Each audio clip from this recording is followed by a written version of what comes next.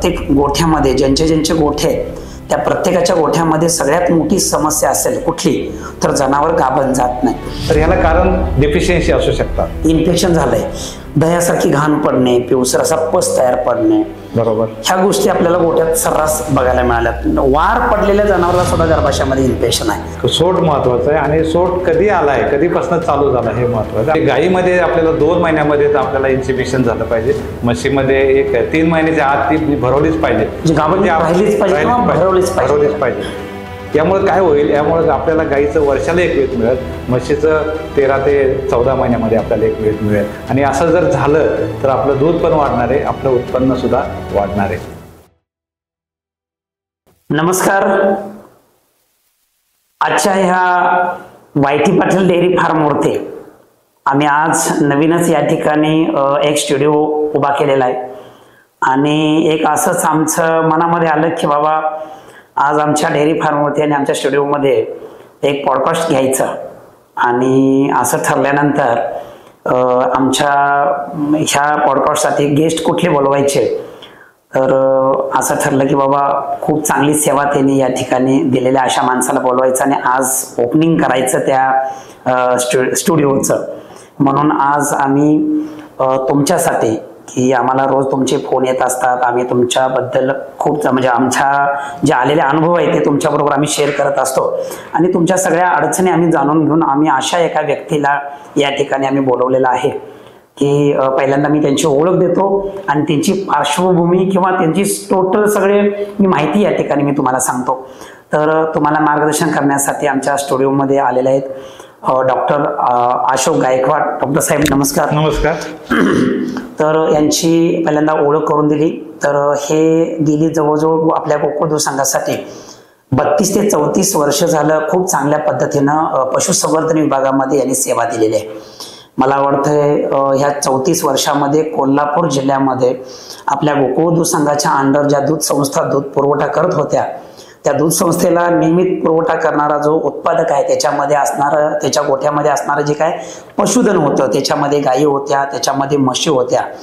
तर त्यांनी ग्राउंड लेवलला जाऊन प्रॅक्टिकली गोठ्यामध्ये जाऊन जनावरांचं वाहनसपणा म्हणजे नेमकं काय असतं, त्याचबरोबर जनावरांची सेवा म्हणजे जनावर आजारी पडलं तर त्याची सेवा लवकरात लवकर जाऊन देणं, ह्या सगळ्या गोष्टी त्यांनी जवळजवळ ह्या 34 वर्षामध्ये खूप चांगलं योगदान असं म्हणता येईल ह्या विषयाला. तर एवढं खूप चांगलं काम या ठिकाणी आपल्याला कोल्हापूर जिल्हा दूध संघाला यांनी दिलेलं आहे आणि ते मला वाटतं गेली 2 वर्ष झाले सेवानिवृत्त पण झालेले आहेत.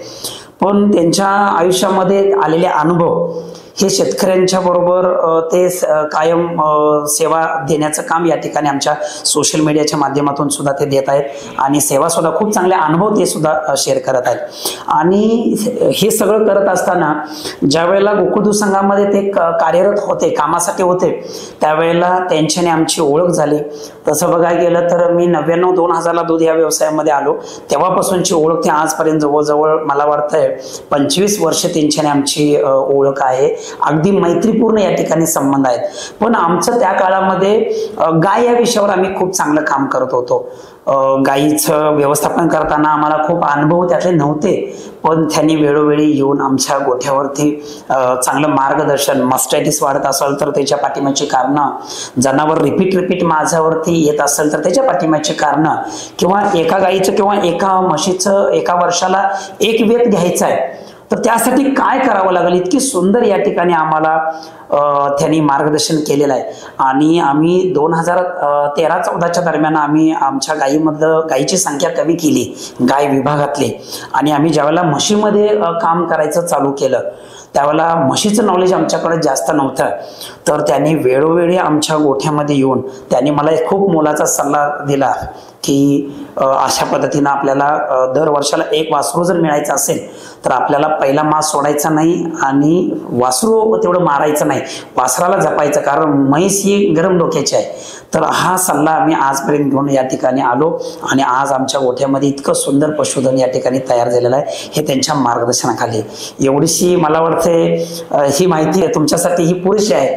तर पशुपालक मित्रांनो, तसं बघायला गेलं तर आज प्रत्येक गोठ्यामध्ये ज्यांचे गोठे आहेत त्या प्रत्येकाच्या गोठ्यामध्ये सगळ्यात मोठी समस्या असेल कुठली तर जनावर गाभण जात नाही.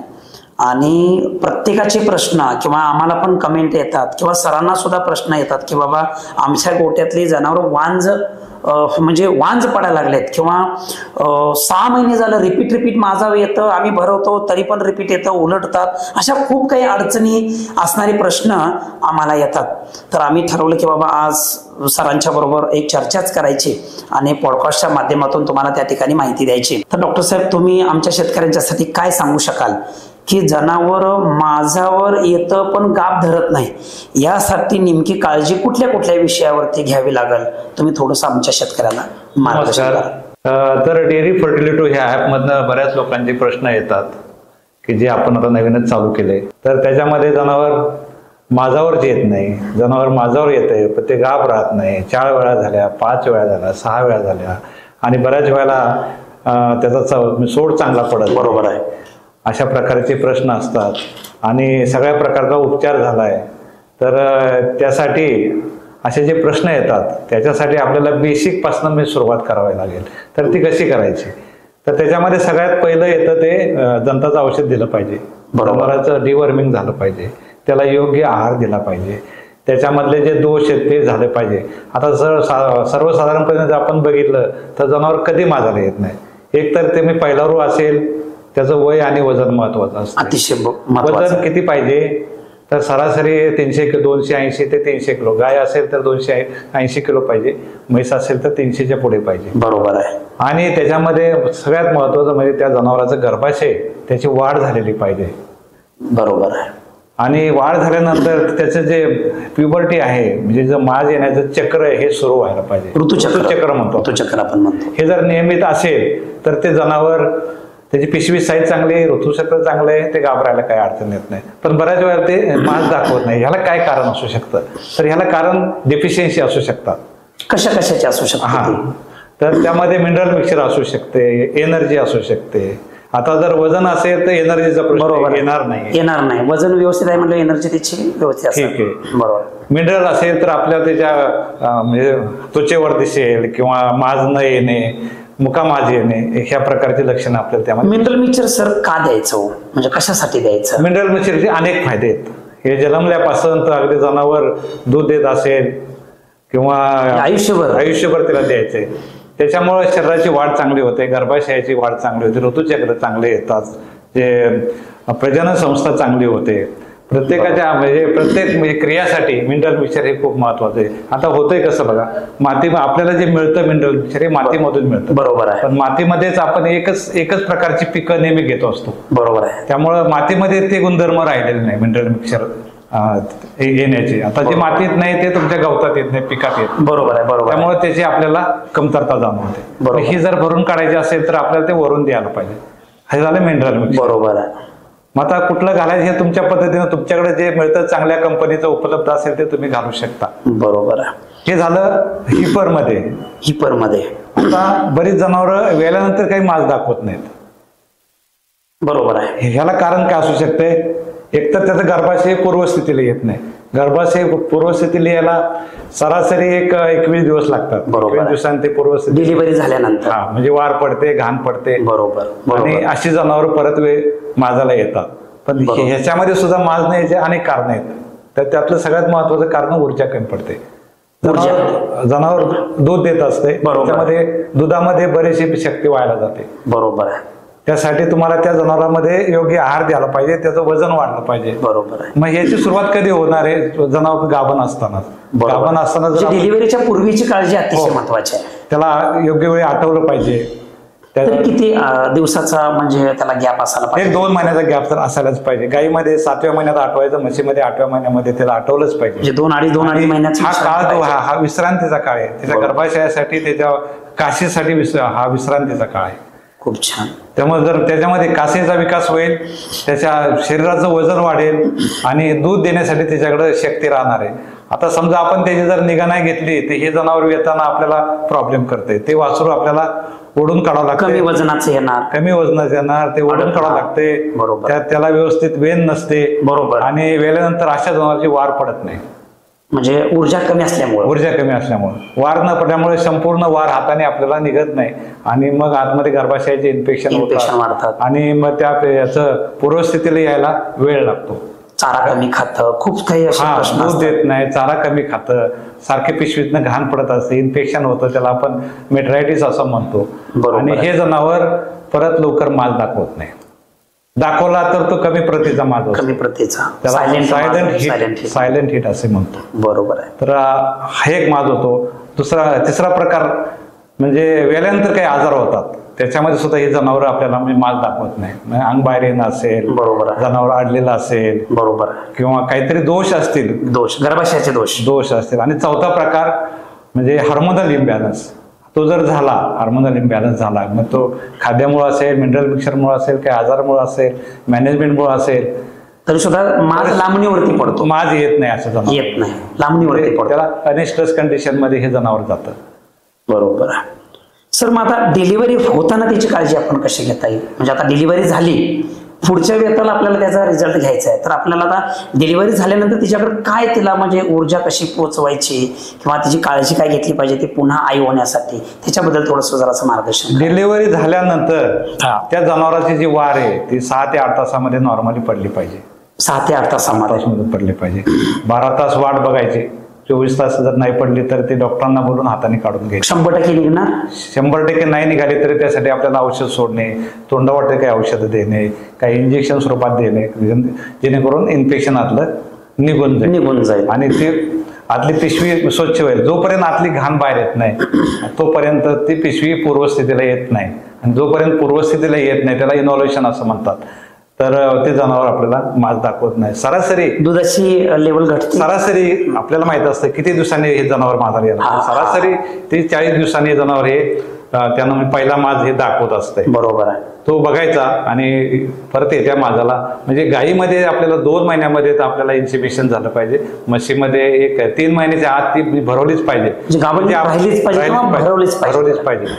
तर यामुळे काय होईल, यामुळे आपल्याला गायीचं वर्षाला 1 वेळ मिळेल, म्हशीचं 13 ते 14 महिन्यामध्ये आपल्याला 1 वेळ मिळेल. आणि असं जर झालं तर आपलं दूध पण वाढणार आहे, आपलं उत्पन्न सुद्धा वाढणार आहे. बरोबर. आता गर्भाची जी सुस्थिती आहे, आता ते गर्भाशय जागेवरती तुम्ही असं म्हटलं की सुस्थितीत येण्यासाठी 21वा दिवस लागतो, ते ठीक आहे. त्यानंतर याय सुद्धा आपला शेतकरी करतो, पण त्याचं एक मत आहे की बाबा याय केल्यानंतर मी सगळं घालतो, मिनरल मिक्सचर घालतो किंवा त्या जनावराचं व्यवस्थापन मी चांगलं करतो, मुक्त कोटा पण आहे, TMR पण घालतो, पण जनावर माझं गाभच धरत नाही. असे पण काही विद्यार्थी आहेत किंवा असे पण शेतकरी आहेत. ह्यांच्यासाठी आपल्याला आता काय बोलतो? आता कसं असतं माहितीये का, आता ही गाभण तक्रार ही एका गोष्टीवर अवलंबून नाही, ही असते 4 गोष्टीवर अवलंबून. बरोबर. एक तर तो मालक, बरोबरचं व्यवस्थापन, त्याच्यामध्ये आहार आला, त्याच्यामध्ये माज ओळखणं आलं, त्याच्यामध्ये जनावरांची सगळी निघाले. 2 नंबर आला डॉक्टर आला, बरोबर, जो तुमचा रेतन करणार आहे, हा पूर्ण ट्रेन असावा. बरोबर. तो जो टेक्निक वापरतो, थॉईंग असेल, सिमेंटचे स्टोरेज असेल, नायट्रोजनची लेवल असेल, परत तो सिमेंट कुठून घेतोय, सिमेंटची गुणवत्ता कशी आहे, हे सगळं त्यावर आपण. हे 2 नंबर झालं. 3 नंबर म्हणजे तुमचं रेत कसं आहे, बरोबर, वीर्य कसं आहे त्याच्यावर असेल. आणि शेवटचा म्हणजे आपण ज्याला सगळ्यात महत्वाचा समजतो, सगळ्यात दोष देतो की ज्याच्यामुळे ते गाभच राहत नाही, ते जनावर. बरोबर. जनावर हे म्हणजे 4 नंबरला येतं. बरोबर आहे. म्हणजे मालक, डॉक्टर, वीर्य आणि जनावर. म्हणजे जनावर, म्हणजे या सगळ्या गोष्टी प्रॉपर एकत्र झाल्या, त्यातली एखादी जरी गोष्ट कमी पडली तरी आपल्याला गाभण टक्केवारीमध्ये फरक पडतो. अगदी बरोबर आहे, अगदी बरोबर आहे. आता सगळ्यात महत्वाचा विषय, आता याच्यामध्ये कसं असतं, 90% हा भाग हा व्यवस्थापन आणि जनावरांची निगेवर अवलंबून माझाचं हे करणं महत्वाचं. शरीरामध्ये व्यवस्थापनामुळे जेवढी ऊर्जा चांगली तयार होईल तेवढं जनावर चांगला रिझल्ट. आता आपल्याला जास्त रिझल्ट मिळतात कधी, आता रेतनामध्ये बघतो आपण जनावर आल्या, म्हणजे तो एक प्रश्न आहे म्हणजे बऱ्याच लोकांचा, आमचं जनावर कधी भरवावं. तर रेडा दाखवतानाची गोष्ट वेगळी आहे, किंवा ओळख असताना किंवा रेतन करताना. तर रेतन करताना जनावर मादाला आल्यापासून 12 ते 16 तासांनी त्याला याय करावं, रेतन करावं. ते जर लवकर केलं तरी काय उपयोग नाही, लेट केलं तरी काय उपयोग. आता सर, इन्फेक्शन बद्दल आपल्याला काय उपचार किंवा त्याच्याबद्दल आपल्याला काय सजेशन तुम्ही देऊ शकाल आपल्या शेतकऱ्यांना? इन्फेक्शन झालंय, दह्यासारखी घाण पडणे, पिवसर असा पस तयार पडणे, बरोबर, ह्या गोष्टी आपल्याला गोठ्यात सर्रास बघायला मिळाल्यात. वार पडलेल्या जनावराला सुद्धा गर्भाशयामध्ये इन्फेक्शन आहे. तर अशा गोष्टीवर तुम्ही काय सल्ले द्याल आणि ट्रीटमेंट जरी दिली तर आमचा शेतकरी बांधवांना तेवढा फायदा होईल? हे बघा, ज्यावेळेस जनावर येतं वेळल्यानंतर मी 15 दिवसांनी आपण त्याचा चेकअप केला पाहिजे. प्रत्येक जनावरांच्या आज नुसता जरी मागे गेलं त्याच्यासाठी डॉक्टरच पाहिजे असं काही नाहीये. तुम्ही जर जनावरांच्या तुम्ही पाठीमागे गेला, बरोबर, जिथं तुम्हाला घाण दिसेल आणि वास येत असेल अशा जनावरांच्या तुम्ही जर गर्भाशयामध्ये चेक केलं पररेक्टली, शेणाच्या मार्गातून जर चेक केला तर तुम्हाला पिशवीचा आकार कळेल, पिशवीमध्ये काय जर पस साठलेला का नाही हे कळेल. तो वास येतो जेव्हा पस, बरोबर आहे, वास येतो. सुरुवातीला ब्लिडिंग होतं, लाल कलर येतो आणि जेव्हा पस असा सफेद कलरचा जो स्राव येतो त्यावेळेला समजायचं की अशा जनावरांच्या पिशवीमध्ये किंवा गर्भाशयामध्ये मेट्रायटिस झालाय आणि हे जनावर गाभराणार नाही. त्यासाठी तुम्हाला तिथं औषध उपचार करावा लागेल. आता औषध उपचार करताना तुम्ही तोंडावाटे देऊ शकता, गर्भाशयामध्ये औषध सोडू शकता, इंजेक्शन काही देऊ शकता. त्याच्यामध्ये काही आयुर्वेदिक सुद्धा उपचार खूप आलेले चांगले आले, काही होमिओपॅथी पण आहेत. तर तुमच्या याच्यानुसार स्थानिकच्या डॉक्टरांच्याकडनं सुद्धा आजाराच्या तीव्रतेनुसार तुम्ही किंवा स्थानिक डॉक्टरांच्या मदतीनं तुम्ही तो उपचार करून घेऊ शकता. बरोबर आहे. आता तसं बघायला गेलं तर म्हणजे खूप काही असे शेतकऱ्यांचे प्रश्न तुम्हाला आमच्या डेअरी फर्टिलो ह्या ऍप मधून तुम्हाला फोन येत असतात. बरोबर, की मला वाटते रोजचे 15-15, 20-20 तुम्हाला कॉल येत असतात आणि त्याच्यावरनं सगळं तुम्हाला हे करत असतात. तर माज, अनियमित माज किंवा जास्त काळ चालणारा माज, म्हणजे समजून घ्या की आज भरवले साहेब, परत 8व्या दिवशी आणि परत माझा आले भरवू काय, असे पण प्रश्न तुम्हाला त्या डेअरी फर्टिलो मधून येतात. तर त्याच्याबद्दल तुम्ही त्या शेतकऱ्यांना काय सांगता? माज हा एकतर ऋतुचक्रानुसार तर चालला पाहिजे हे शास्त्र म्हणतो, पण असा माज आहे की बाबा 4-4 दिवसानंतर, 8 दिवसानंतर म्हणजे अवेळी येणाऱ्या माझ्याबद्दल तुम्ही काय सांगा? हा दोष कोणाचा आहे? छान प्रश्न विचारला तुम्ही. तर आता जे येतात माज येतात, तर जनरली जो माज येतो नियमित माज, बरोबर, नैसर्गिक जो माज होतो हा जनरली 19 ते 22 दिवसांनी येतो जनावर, बरोबर. आणि बऱ्याच जनावरांमध्ये जवळजवळ 70 ते 80% जनावरांमध्ये हा आपल्याला दिसतो. आता ज्या जनावरांमध्ये काही दोष आहेत, काही आजार आहेत, त्या जनावरांमध्ये आपल्याला माझाचा पिरियड हा वेगवेगळा दिसतो. तर तो कसा दिसतो बघा, काही जनावरांमध्ये माज हा 8 ते 10 दिवसांनी येतो, बरोबर. काही जनावरांमध्ये माज हा 15 दिवसांनी येतो, 15 ते 16 दिवस, 17 दिवसांनी पण माज येतो. तर आणि काही जनावरांमध्ये हाच माज 27-28 दिवसांनी येतो. काही जनावरांमध्ये माज हा 42-43 दिवसांनी येतो. अगदी बरोबर. आता आपण एक एक बघू कुठला माज योग्य आणि कुठल्या माजामध्ये काय अडचण असू शकते. तर जो माज 21 दिवसांनी येतो हा नॅचरल माज आहे, त्यात तुम्हाला तिथं उपचार करायची गरज नाही. योग्य वेळेला रेतन केलं, योग्य ठिकाणी रेतन सोडलं, चांगल्या प्रकारे जर तुम्ही थॉईंग केलं, सगळे टेक्निक वापरले, तर चांगली स्वच्छता घेतली, हायजीन घेतलं आणि त्याच्यामध्ये रेतन केलं, तर हे जनावर गाभण राहण्याची दाट शक्यता असते, म्हणजे खूप शक्यता असते. बरोबर.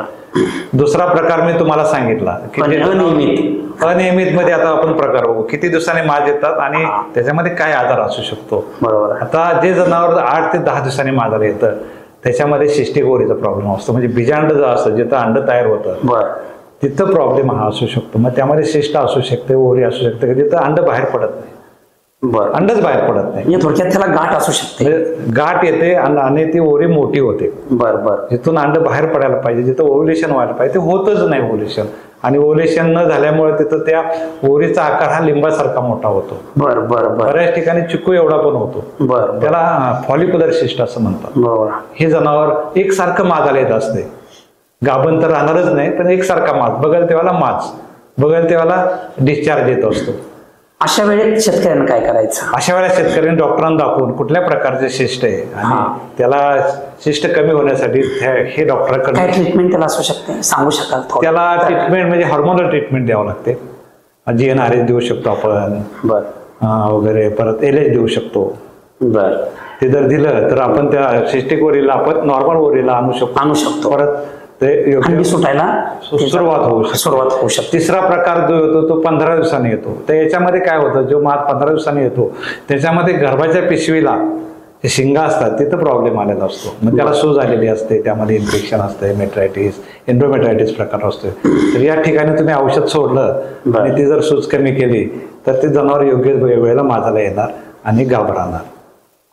तिसरा प्रकार मी सांगितला तो जे जनावर 28, 29, 30 दिवसांनी माजाला येते. या ठिकाणी काय होतं, ते जनावर घाबरायलेलं असतंय, पण अर्ली एम्ब्रियोनिक डेथ म्हणजे अर्भकाचा मृत्यू होतो. बरोबर आहे. आणि ते जनावर 21 दिवसाच्या ऐवजी 30 दिवसांनी माजाला येते, 28 दिवसांनी माजाला येते. तर अशा ठिकाणी आपल्याला CL जो असतो, जो कार्पस ल्युटियम असतो, जो गर्भाला जिवंत ठेवण्याचं काम करतो, हा कमी प्रतीचा असतो. त्याच्यामुळे जो प्रोजेस्टेरॉन हा गर्भ जिवंत ठेवायला लागतो तो योग्य प्रकारे मिळत नाही. आणि मग त्यासाठी आपल्याला एक तर वरून तरी द्यावा लागेल इंजेक्शनच्या स्वरूपात. बरोबर आहे. किंवा या करताना CL चांगला होण्यासाठी आपल्याला काय त्याच्यामध्ये मिनरल मिक्सर घालणे, काही उपचार येतात डॉक्टरांकडून आपण ते करू शकतो. आता शेवटचा प्रकार आहे तो म्हणजे 42 दिवसांनी. या ठिकाणी काय होतं, मालकाचं थोडंसं दुर्लक्ष झालं, बाहेर गावला गेला, काही काम असेल, काहीतरी असेल घरामध्ये कार्यक्रम असेल, तर तो माज चुकतो आणि जनावर परत माजाला 42 दिवसांनी येतं. बरोबर आहे. आणि मग तो मालक म्हणतो त्यावेळेला म्हणजे हे माजालाच आली नाही 42 दिवस, पण त्याचा माझा रेग्युलर असतो, पण तो एक माज चुकलेला असतो. म्हणजे ऋतुचक्र हे थांबत नाही, थोडक्यात थांबत नाही. बरोबर. पण येणारा जो माज असतो हा काही तांत्रिक विषयामध्ये अडकलेला असतो. उदाहरणार्थ व्यवस्थापन कमी पडलं असेल तरी माज कमी राहणार, किंवा अंडी सुटलं नाही, किंवा म्हणजे आतल्या बाजूला सुद्धा अडचण असू शकते. आता याच्यामध्ये अनेक प्रकार आपल्याला दिसून येतो. ज्यावेळेस जनावर आपण भरवतो ते 7व्या दिवशी परत माजाला येतं, सायकल पूर्ण झालेलं नाही, तिथं ओव्ह्युलेशन होत नाही, अंडी सुटण्याचा प्रकार होत नाही. त्यावेळेला आपल्याला त्या 7व्या दिवशी ते अंड सुटतं. त्यावेळेला तुम्ही भरवलं म्हणजे भरवलं आठवड्याभर झालं, 7व्या दिवसांनी परत हे म्हशीमध्ये प्रकार जास्त दिसतो. आज भरवली परत 7व्या दिवशी आली, तर अशा वेळेला तिला 7व्या दिवशी परत आपल्याला इन्सेमिनेशन केलं पाहिजे. असाही प्रकार दिसतो. बरोबर. तिसरा एक प्रकार असा दिसतो, अंड बाहेर पडायला वेळ लागतो, डिलेड ओव्ह्युलेशन. बरोबर. म्हणजे LH कमी पडला, LH सर्च कमी पडला, अंड बाहेर यायला थोडासा वेळ लागतो. बरोबर. ही जनावर सुद्धा आपल्याला जास्त माज दाखवतात आणि रिपीट होतात, कारण आपण तर तिला रेतन अगोदरच केलेलं असतंय, पण त्याचं अंड हे वेळाने बाहेर पडते. आता जनावर कधी गाभण राहते, त्याच्याकडनं येणारं अंड, जे बीजांडमधनं येणारा मादीकडनं अंड आणि नराचे किंवा इंजेक्शन मधून जाणारे शुक्राणू यांचा जर मेळ झाला आणि तो होतो कुठं, ह्याच्यामध्ये होतो, ओव्हिडक्ट मध्ये होतो. तर तिथं झाला तर जनावर एक जर लेट झालं, पुढं मागं झालं तर किती कालावधी असावा तिकडे शुक्राणूकडून आणि इकडे अंड्याकडून? ओव्ह्युलेशन होण्याची वेळ आणि रेतनाची वेळ एकच असावी. 1-2 तासाच्या फरक. पॉझिटिव्ह होण्यासाठी किती तासाचा एक पिरियड असावा? समजा सकाळी माजाव आले, जनावर जनरली 12 ते 16 तासाने आपल्याला गायीमध्ये करावं. गाय जर सकाळी माजाला आली तर ती संध्याकाळी भरवावी. म्हैस जर आज सकाळी माजाला आली तर ते उद्या सकाळी भरवावी. अशा प्रकारे आपण केलं आणि प्रत्येक जनावरांमध्ये वेगळं असणार आहे. बरोबर. हे काय फॉर्म्युला नाही किंवा अगदी बरोबर आहे का प्रत्येक जनावरांचा माज वेगळा आहे, प्रत्येकाची फेडिक वेगळं आहे, प्रत्येकाची हार्मोनल बॅलन्स वेगळा आहे. जिथं चांगलं व्यवस्थापन आहे तिथं सकाळी पण लावलं जातं, तिथं सुद्धा त्याचा उपयोग होतो. अगदी बरोबर आहे. सर मला एक सांगा, कृत्रिम रेतन जर व्यवस्थित झालं नाही तर त्याचे तोटे होऊ शकतात काय? होऊ शकतात. कारण जसं असं त्याच्यामध्ये कारण असं आहे, ज्यावेळेला आपण फर्स्ट हिटला किंवा सेकंड हिटला गाभण राहण्याचे चान्सेस जास्त असतात. बरोबर. जसं पुढच्या हिट जातील आणि तुम्ही इन्सेमिनेशन करत चाललाय तर प्रत्येक वेळेला तुम्ही इन्फेक्शन आतमध्ये जात असते. बरोबर. आणि हार्मोनल बदल हे होत असतात. त्यामुळं आपण नेहमी म्हणतो ना, म्हणजे जर लवकर भरवली तर जनावर लगेच गाभ जाते, दूध कमी येते असा एक समज आहे शेतकऱ्याचा. असा एक समज आहे, किंवा हात घातला तर दूध कमी येते, बरोबर. पण दूध सगळ्यामध्ये कमी येत नाही, एखाद्या अर्ध्या केसमध्ये ते येऊ शकते. पिरियड आहे तेवढं दूध येणारच आहे. दूध वाढते कधी बघा, आपण जनावर वेल्यापासून ते 45 दिवसापर्यंत दूध वाढत जाते आणि 3 महिने ते स्थिर राहते आणि परत दूध जसं कमी येते, 30-35% दिवस येतं, कमी येते. बरोबर. पण जेव्हा दूध वाढते तेव्हा प्रोलॅक्टिनची लेवल ही वाढलेली असते आणि LH लेवल ही कमी पडते. मग आता प्रोलॅक्टिन वाढला, LH कमी पडला तर तुमचं अंड बाहेर पडत नाही, अडचण निर्माण होते. त्यामुळे तुमचं मॅनेजमेंट त्या ठिकाणी महत्त्वाचं. तुम्हाला LH त्या ठिकाणी जास्त मिळाला तरी जनावर दुधात असताना सुद्धा तुम्ही गाभण राहते. बरोबर आहे. मग आता शेतकऱ्यासाठी काय सांगूया, म्हणजे सुरुवातीचं डिलिव्हरी झाल्यानंतर 2 महिन्याच्या आतच आम्ही खटपट करायला पाहिजे. पहिले केलं तिच्या शरीरामध्ये जोपर्यंत ऊर्जा शिल्लक आहे तोपर्यंतच त्याला केलं पाहिजे, कारण तुम्हाला एलएच मिळणार आहे. नाही मिळालं तर तुम्हाला तो वरून द्यावा लागेल. आणि ते हार्मोनची सवय लागणं म्हणजे तसं ते वाईट आहे. हार्मोनल ट्रीटमेंट फक्त 2% जनावरांमध्ये आपल्याला ते द्यावं लागते. बरोबर आहे. प्रत्येक मध्ये जर तुम्ही हार्मोन नैसर्गिक GnRH म्हणा किंवा LH म्हणा वापरला तर त्याचे दुष्परिणाम हे जनावरांवर होणार आहेत. बरोबर आहे. आता ह्या गाभण तक्रारीवर म्हणजे काही हार्मोनल ट्रीटमेंट आपण देऊ शकतो काय? हा, देऊ शकतो, पण त्यासाठी ते निदान होणं महत्वाचं आहे. कुठलं हार्मोन्स त्यामध्ये कमी पडतंय, तुमचं GnRH कमी पडतोय, FSH कमी पडतंय, LH कमी पडतंय की आणि कुठलं कमी पडतंय, हे त्याचं निदान झालं आणि ते दिलं तर तुम्हाला 100% रिझल्ट येतात. आणि जर ते चुकीचं झालं तर जनावरांचं मात्र पूर्णपणे ते जनावर बाद होते आणि परत बरोबर आहे. कारण आज आपल्या कोल्हापूर जिल्ह्याचे जाऊ दे, आपण महाराष्ट्राची एकंदरीत परिस्थिती बघितली तर आपल्याकडं विदर्भ आणि मराठवाड्याकडे कसं व्हायला लागलंय, सुका चारा खूप चांगला आहे तिथं, बरोबर, पण हिरव्या चाऱ्यामधलं जे न्यूट्रिशन प्रॉपर त्या जनावराचा म्हणजे ऊर्जा तयार होण्यासाठी जे काय चारा लागतो किंवा ज्या चाऱ्याची गुणवत्ता लागते ती तिथे मिळत नाही. पश्चिम महाराष्ट्राचा विचार केला तर आपल्या इकडे ऊसाची शेती जास्त आहे. ऊसाचं वाडं घालणं किंवा ऊस घालणं किंवा हत्ती गवतावरती जोर देणं याच्यामुळे सुद्धा कसं शरीरामध्ये ऊर्जेचं प्रमाण कमी राहतं आणि प्रमाणापेक्षा जास्त दूध देणारी जर जनावर कुठं असेल तर मला असं म्हणायचं आहे, एक तर नगर जिल्हा असेल किंवा आमचा कोल्हापूर जिल्हा असेल. पण याच्यामध्ये मला असं बघायला मिळालं की जनावर जे जास्त दूध देतं तिथं माझाच्या तक्रारी प्रचंड आहे. बरोबर आहे. आताच तुम्हाला मगाशी बोललो, पण चांगला प्रश्न विचारला, त्याचं उत्तर मगाशी पण दिलंय आणि परत देतो मी. जास्त दूध म्हणजे जास्त प्रोलॅक्टिन, दूध तयार करायला, दूध वाढवायला प्रोलॅक्टिन नावाचं जे हार्मोन आहे ते तुमच्या ग्रंथीमधनं मिळतं, पिट्युटरी ग्रंथी, एंटेरियर पिट्युटरी मध्ये मिळतं आणि त्याला सिग्नल हे मेंदूकडनं हायपोथॅलॅमस मधनं जातं. तर हे जे वाढलं प्रोलॅक्टिन जर वाढलं तर तुमचं दूध वाढतंय आणि त्यानंतर अंड बाहेर पडायला, अंड तुम्ही तयार होतंय, पण ते फुटायला जे हार्मोन लागतं ते LH आहे, ल्युटिनायझिंग हार्मोन आहे. प्रोलॅक्टिन वाढलं तर LH कमी पडतं, LH कमी पडला तर अंड बाहेर पडत नाही, अंड बाहेर पडत नाही तर जनावर घाबरत नाही. म्हणजे ही क्रिया सगळी गुंतागुंतीची. म्हणजे थोडंसं दूध कमी झालं तर LH वाढतोय. बरोबर आहे. जास्त जनावर गाब जायला थोडंसं दूध पण बरोबर आहे. किंवा मग त्याचं मॅनेजमेंट चांगलं पाहिजे किंवा मग सुरुवातीला ते व्हायला पाहिजे, यायला व्हायला पाहिजे. आता तुमच्या डेअरी फर्टिलो मधून तुम्ही शेतकऱ्यांना मार्गदर्शन करता, तर मला असा तुम्हाला प्रश्न विचारायचा आहे की महाराष्ट्रातला प्रत्येक पशुपालक हा तुम्हाला म्हणजे एक अपेक्षेनं फोन करत असतो, बरोबर, किंवा एक प्रश्न विचारत असतो की माझ्या गोठ्यामध्ये 10 जनावरांची संख्या आहे, त्यातली 3 जनावर 6 महिने झालं गाभणच नाही. तर अशा शेतकऱ्यांना तुम्ही प्रॉपर त्यांना नुसतं फक्त हे कर ते कर असं सांगणार काय, तुम्ही त्याला प्रॉपर त्याचं म्हणजे काय त्याची हिस्ट्री जाणून घेणार, तुम्ही त्यांना ट्रीटमेंट देणार किंवा स्थानिकच्या डॉक्टरांच्या बरोबर तुम्ही चर्चा करून त्यांना ते ट्रीटमेंट द्यायला सांगणार? तर आमच्या महाराष्ट्रातल्या शेतकऱ्याला जर अशा पद्धतीनं तुम्ही जरी गाईड केलं किंवा तुम्ही जर मार्गदर्शन केलं तर निश्चितपणानं माझा विश्वास आहे ह्या विषयावरती की तुम्हाला खूप चांगली कत्तलखान्याकडे जाणारी जनावर आपण वाचवू शकतो. चांगलं काम, चांगलं पुण्याचं काम आपल्याला या ठिकाणी येतं. तर मला असा प्रश्न विचारायचा आहे की तुम्ही त्या पद्धतीचं मार्गदर्शन किंवा ट्रीटमेंट तुम्ही देऊ शकाल काय? आमच्या देऊ शकतो. आता सध्या ते आपल्याकडे चालूच आहे, गेले आता 2 महिने झाले ते ऍप चालू. कशा पद्धतीनं तुम्ही? तर लोकांचे आपण काय करतो, त्यांचं रजिस्ट्रेशन करतात, ते ऑनलाईन रजिस्ट्रेशन करतात, आपल्याकडे तुम्ही कॉल नोंद होतो, त्यानंतर त्यांचा नंबर असतो, त्याच्यामध्ये आपण त्यांना कॉन्टॅक्ट करतो आणि अगोदर त्यांची सर्व हिस्ट्री घेतो, त्यांचा पूर्व इतिहास सगळं, त्याच्यामध्ये सगळी माहिती घेतो. वेळप्रसंगी त्यांच्याशी आपण व्हिडिओ कॉल सुद्धा करतो. मग ते गोठ्याचं व्यवस्थापन बघतो, त्यांनी काय काय केलंय, डिवर्मिंग केलंय का, मिनरल मिक्सर दिलंय का, व्हॅक्सिनेशन केलंय का, जनावरांची हेल्थ कशी, बॉडी स्कोर कसा आहे, बरोबर, त्याचा मास रेग्युलर आहे का, बरोबर, रिचार्ज कसा पडतो, आणि ह्या सगळं माहिती घेतो. त्यानंतर त्यांना विचारतो यासाठी तुम्ही काय काय प्रयत्न केला, म्हणजे डॉक्टरांच्याकडनं, स्थानिक डॉक्टरांच्याकडनं काय केलंय, किती वेळा भरवली, कुठलं औषध सोडलंय, कुठलं इंजेक्शन वापरलंय, काय केलंय, कुठला प्रोटोकॉल. आता अलीकडे लोक काय करतात, हीट सिंक्रोनायझेशन करून घेतात, त्यासाठी प्रोटोकॉल आलेत आपल्याकडे, बरोबर आहे. जो योग्य असेल, GPG असेल किंवा प्रेसिंज, ओविसिंज वगैरे असे अनेक प्रोटोकॉल आलेले आहेत. त्यातले काय ते त्यांनी प्रोटोकॉल सुद्धा वापरलेले असतात, हार्मोन्स वापरून सुद्धा झालेले असतात. बऱ्याच वेळेला डेफिशियन्सी त्या तिथं म्हणजे बघितल्या जात नाहीत. डेफिशियन्सी कुठल्या असतात तुम्हाला तर बरोबर आहे, बरोबर आहे.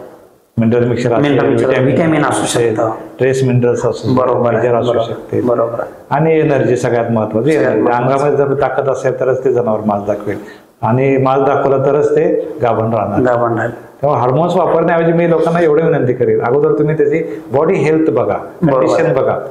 हाडं दिसणाऱ्या म्हशी गाई, जनावरांची हेल्थ चांगली पाहिजे, जनावरांचं गर्भाशय चांगलं पाहिजे, बरोबर, त्याचा माज चांगला पाहिजे, अगदी बरोबर, आणि त्यानं चांगल्या प्रकारे त्याला याय केलं पाहिजे, वेळेत याय केलं पाहिजे. यायचं टायमिंग सुद्धा खूप महत्वाचं आहे. म्हणजे रात्री जर माझा आले तर सकाळी हा, म्हणजे ओव्हुलेशनच्या वेळेलाच तुम्हाला ते याय करावं लागेल.